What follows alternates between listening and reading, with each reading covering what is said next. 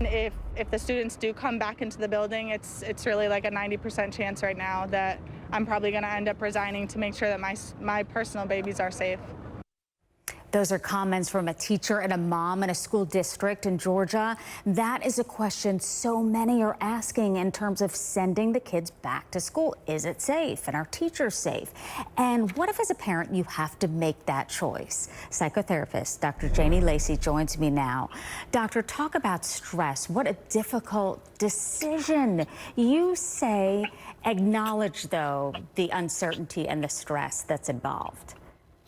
Now, Susan, parents want to make the right decision for kids to go back and have a healthy and happy school year. But this school year is not typical. So it's the biggest adaptive school year in history, right? So it's every family has to make a decision that's best for their family.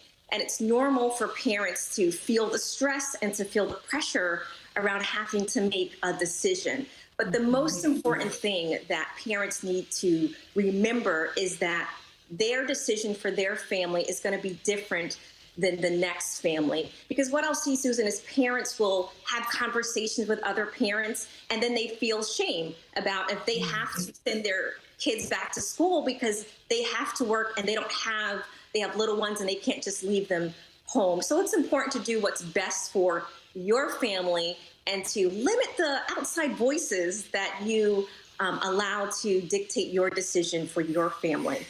Yeah, I spoke to a mom recently who said, look, we don't have a decision to make because it's all virtual. The school made it for them, and she doesn't envy parents who have to make that choice. And maybe it should be based, I don't know, on where you live, what your options are, as you mentioned. You also say self-care is important because if we're so anxious about this choice and this decision because everyone wants their kids to be happy and healthy, we also have to think about ourselves as parents and teachers. You know, as parents, Susan, our kids can pick up on our stress, they can pick up on our anxiety, and they are resilient. So they're going to reflect what we are presenting in the home. So it's very important that even in this time of uncertainty, of stress, of anxiety, that we take care of ourselves.